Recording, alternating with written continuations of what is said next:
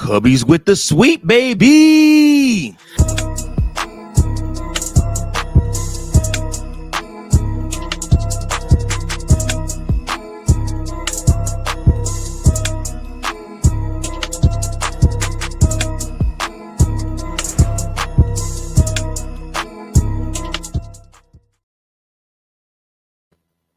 What's going on, everybody? Happy Monday morning. It's your boy Mike Jones back in studio for another episode of Chicago Cubs Central. This is your number one spot for all things Chicago Cubs, Chi-Town Sports Central Network families. All you got to do is type in your favorite Chicago team, whether that's Bulls, Cubs, Bears, Blackhawks, or White Sox, even if you like losers. And you put Chi-Town Sports in front of that or Swin Central behind it, and you will find our channels. We appreciate you so much for tuning in and watching. Please make sure that you like, share, and subscribe. Also, guys, please make sure that you guys, if you do decide to want to leave voicemails, you can leave them at 217-816-5498, or you can find us leave me an email at cubsbaseball1992@gmail.com. I appreciate you guys, everybody that makes this a part of your daily watch, daily episode, daily viewing. Thank you so much. I cannot do this without you. Hey, everybody that may be new to this channel, may be watching this for the very first time or the second time, or if I met you over the weekend at the game, you scanned my shirt and you're watching this episode. Hey, appreciate you guys so much. Thank you so much for tuning in. Now, with that being said, guys, Chicago Cubs did take care of business, beating the Little Brothers of Chicago, beating them bad three times in a row, finishing off those Chicago White Sox on Sunday with a 6-2 victory. The Chicago Cubs once again was powered by none other than one Pete Crow-Armstrong. Pete Crow-Armstrong, guys, is showing you guys that he's a star, and there's really no other way to put it. He's showing you he's a star, and he's on a hot streak right now, and he's showing you that you need to back this horse. Pete Crow-Armstrong is doing it all for the Chicago Cubs, and it's fun to watch. It's fun to see, man. It's fun to view as somebody that, as a team that was starving and so thirsty for a star. Coming into this season, you would have thought that, it'd have been Kyle Tucker putting his fingerprints on every single game. But I feel like for the past 3 weeks, every single time Kyle Tucker misses a fastball and pops it up into the air, he's breaking his bats. I mean, the amount of bats that Kyle Tucker has broken, being pissed off because, or he's slammed them down because he's popping out, or it's flying out and it's not getting out the park, is almost borderline egregious. But again, Kyle Tucker is trying to do all that he can to get it right. But Pete Crow-Armstrong, once again, y'all, doing his thing, figuring it out. Pete Crow-Armstrong went 2 for 4 with 2 runs, scoring 2 runs. He has a batting average of 290 right now. Pete Crow-Armstrong, guys, is figuring it out. He is our player of the weekend. I don't even want to say player of the game, player of the weekend, because each and every game against the White Sox, guys, he made his imprint, including the game on Saturday. I was there. I was literally a few rows up in the stands on Saturday when we watched PCA make that amazing catch. And then, like I said, he's electric around the bases, and teams are pitching to him. Like I said, and the crazy part is they're putting him at the leadoff position is really paying dividends, because teams don't teams fear Kyle Tucker, and a lot of teams say, like, you don't want to walk Pete Crow-Armstrong because he'll steal bases on you if you walk him.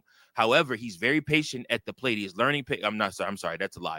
He is learning plate patience and learning how to be a better batter in the box. And take what the pitcher is giving him. He is figuring that out. And guys, I mean, it's paying dividends for him. It really is. I'm excited for what's up next for Pete Crow-Armstrong. It's becoming to the point where, the Chicago Cubs, and I mean, it's almost like he's a lock outside of anything happens. So it's May, we got May and June, and then in the middle of July, we have All-Star weekend. So outside of catastrophic injury, knock on wood, or something like that happening, Pete Crow-Armstrong very well should be considered for should be considered a lock for an All-Star, and he might even get he might even get the center field honor starting in the All-Star game this year because he's so electric and what he does around the base path, how people love to watch him, all the crazy catches that he makes.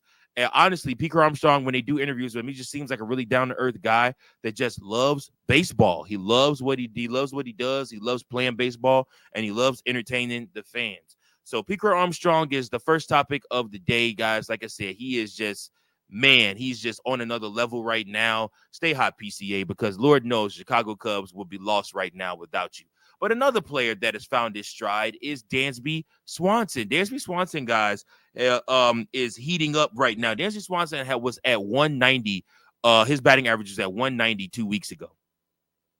Dansby Swanson has worked his batting average all the way back up to 253, including hitting another home run that gave him his 10th home run of the season. Chicago Cubs have 4 players that have hit 10 home runs this season. Our offense is clicking. At least most days it is. But yeah, so Dansby Swanson hit his 10th home run of the season, joining P. Crow-Armstrong, joining Seiya Suzuki, and joining Kyle Tucker. So the Chicago Cubs offense is finding its way. And you really want to look at it, guys. The whole back of that lineup is really, really, really thriving right now. Vidal Brujan had himself a day. He has 294 on the season. Nico Horner is 290 on the season. The DH spot was Moises Ballesteros. Like I said, I mean, he took a couple walks throughout the weekend, but nothing really to write home about. He did get his first base hit. Like I said, so proud of him for that. And he also did get his first RBI this past weekend against the White Sox. But again, like I said, you're looking at the Chicago Cubs figuring things out. And the reports are that Ian Happ is working his way back to try to return with the team. So like I said, that's one of the parts of it. But like I said, it's also another one that we're going to talk about here in the next segment. But yeah, like I said, when you look at Dansby Swanson, he's kind of finding himself. He's swinging a confident bat right now. And he's finding himself. He's finding how his place on this team and what he offers and brings to the Chicago Cubs. And it's really great to see, man. It's well received and it's been needed, especially with Kyle Tucker slumping. That's what you do. Guys, when guys like Kyle Tucker and Seiya Suzuki slump, the Chicago Cubs, the rest of the team have to come pick them up. Seiya Suzuki was 0 for 1 today. He did walk 3 times. So in that aspect, like I said, he offered a lot to Chicago. I'm sorry, no, he didn't walk 3 times. He flied out to left field twice, and he scored 2 runs off of that, 2 sac flies off of that. So, like I said, Seiya Suzuki also had himself a pretty decent weekend. So, Chicago Cubs are just figuring it out, man. So, guys, let me know, which Cubs player were you most impressed with this weekend? Make sure you guys comment below in the comment section. Were you more impressed with PCA? Were you more impressed with Seiya? Were you more impressed with the pitching? Were you more impressed with the bullpen? Were you more impressed with Dansby Swanson? All of those players get high ratings from me for this weekend because of what they were able to do. The Chicago Cubs figuring it out on the fly, man. And again, reinforcements are on the way. The last segment that I want to talk to you guys about, the potential of Matt Shaw coming back to the big leagues. Matt Shaw has been swinging a hot bat down in AAA with the Iowa Cubs, and he is figuring out his swing. He has dropped the leg kick a little bit. Like I said, it does look like reported from Jesse Rogers that Matt Shaw will get another shot at third base after a good run at AAA, where he has 6 home runs in 24 games. So yeah, it's like I said, Bruce Levine also commented on it after the game. He said that Craig Counsell said calling up Matt Shaw is being discussed now. It's under consideration. Craig Counsell addressed it even in his presser after the game. The Chicago Cubs are headed and playing the Miami Marlins again. So we will document that at the end of this show and talk about what they need to do, the keys to the game, and who is pitching against those Marlins and how we have success once again. But yeah, like I said, Matt Shaw is finding his way as a third baseman right now. And again, like I said, I know that he has struggled with hitting. And again, he went up against some very, very talented teams, but he is about to hit a stretch of not necessarily seeing the greatest talent. With obviously the Cubs playing the Marlins again, and then after the Marlins, the Chicago Cubs will see the Reds, and then the Rockies, and then the Reds again to close out the month of May. So there's an opportunity here for Matt Shaw to really have some success against teams that aren't great right now. Like I said, after the Reds, the Cubs go up against the Nationals, then they will play the Detroit Tigers. That's going to be a fun series, and that's in Detroit, and Javier Baez is killing right now. So that's going to be a fun series to watch. And then after the Tigers, they go up against the Phillies, and after the Phillies, we'll see the Pirates for 4 in Chicago. And then after that, it's the Brewers for 3. So like I said, so it's a lot going on in the month of June for the Chicago Cubs. And we just have to see where Matt Shaw lies in the plans for the Chicago Cubs. But I do think that his bat and his defense will be well received coming back to the Chicago Cubs, and it'll be great to have him back. It'll be great to have him be able to add more to the Chicago Cubs offense that is thriving. I'm also looking for Kyle Tucker to figure out his swing and to come back and figure out how he can contribute in the home run level for this team.